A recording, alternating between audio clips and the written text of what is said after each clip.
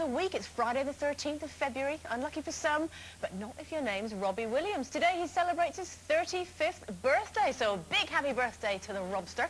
Now, when he sang about angels, he was surely talking about this woman. It's Sherrie Hewson. Oh, thank you, welcome.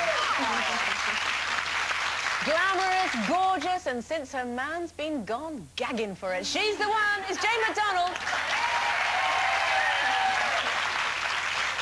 A lady who's had no regrets since she rediscovered her rude box is Carol McGiffin.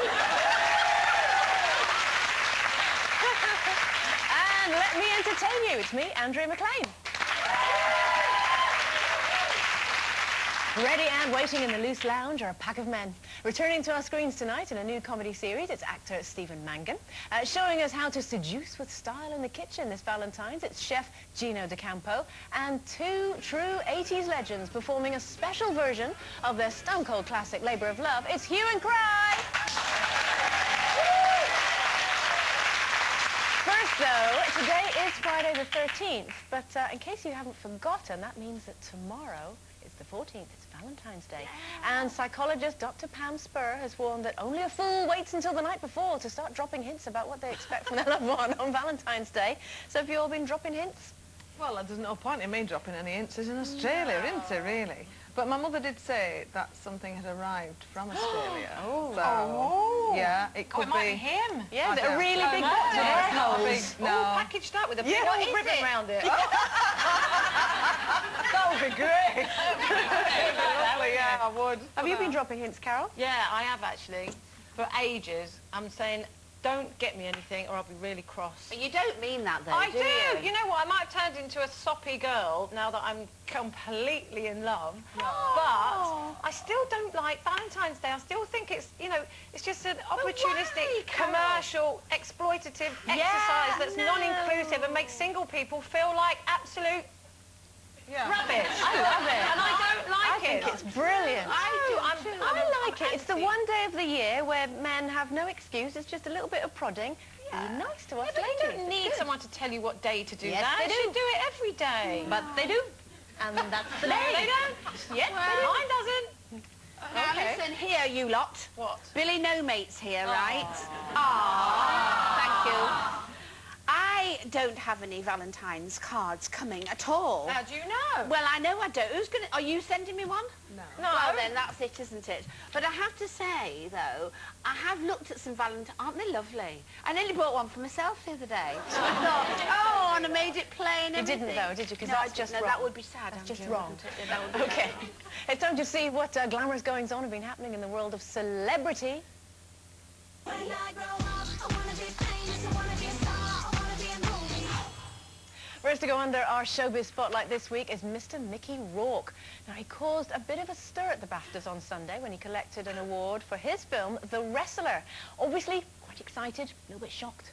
He let rip with his speech that contained, well, quite a few swear words. And since then, he said that he was really nervous. But it begs the question, do you think there's any need to turn the air blue? Well, you know, I didn't see it, so I can't really pass judgment as someone who's seen it. But if I was sat with my mum, I would be really quite disappointed because it's a massive achievement accepting a BAFTA. And I just think, what a shame, you know, he's been away all this time, he gets a BAFTA and I think it's brilliant that he's done that, and then has to swear all the way through. I just think there is no need for it at all. You know, I did see it and I just thought, bless him, he can't believe it. No, look, I know he was swearing a lot and he probably shouldn't have done because it was live. But they blooped it, didn't they? No. They did on my show, anyway. Was I watching something else then?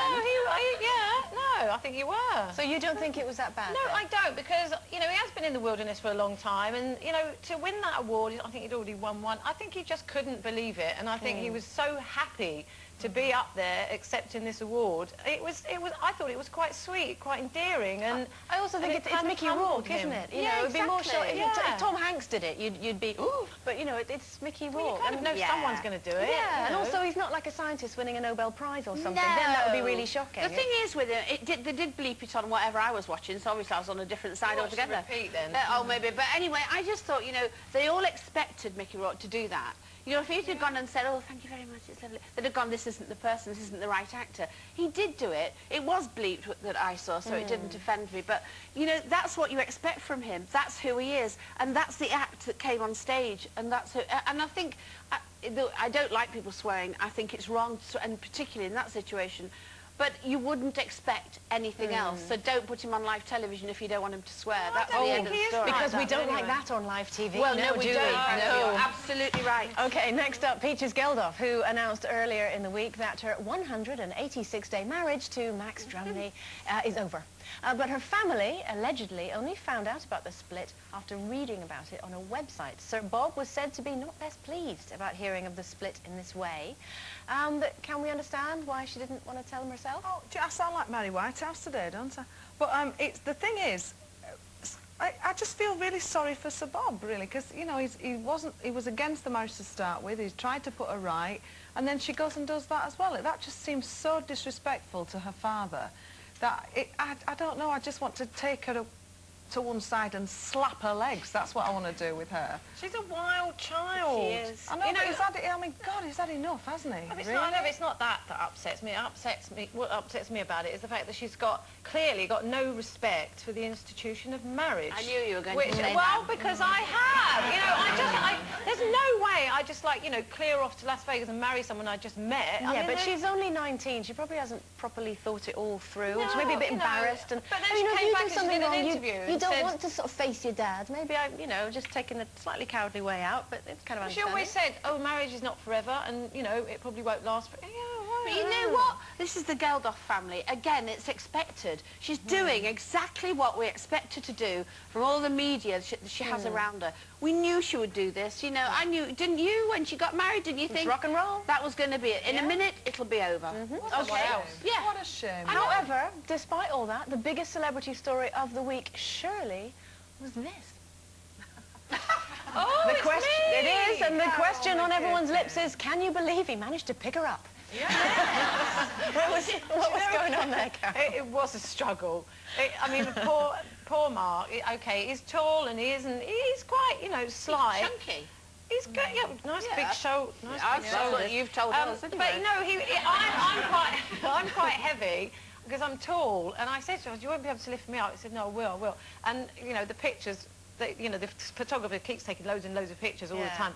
And you could see in some of the pictures he was like slowly dropping in. His poor arms were going like that, and I was just laughing my head off. And the next day he got up, he said, "Oh, I can't walk, we've done my back and picking you up."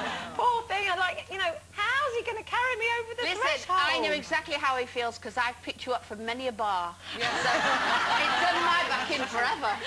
Okay, we'll take a bit of a breather here, but listen up, lads. When we return, we'll be finding out how to talk to girls. Stay tuned.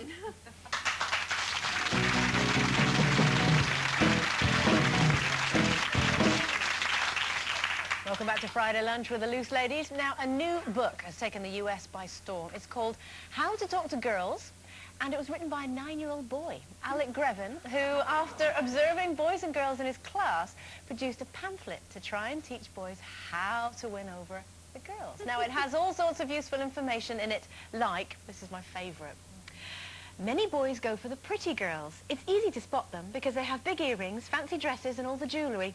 But use caution with pretty girls. Yes. Oh, this is what he's figured out already. In America, they don't have to wear school uniforms, so it's not quite the same as us. But do you think it's a good idea? Do you think boys should be taught how to talk to girls? No.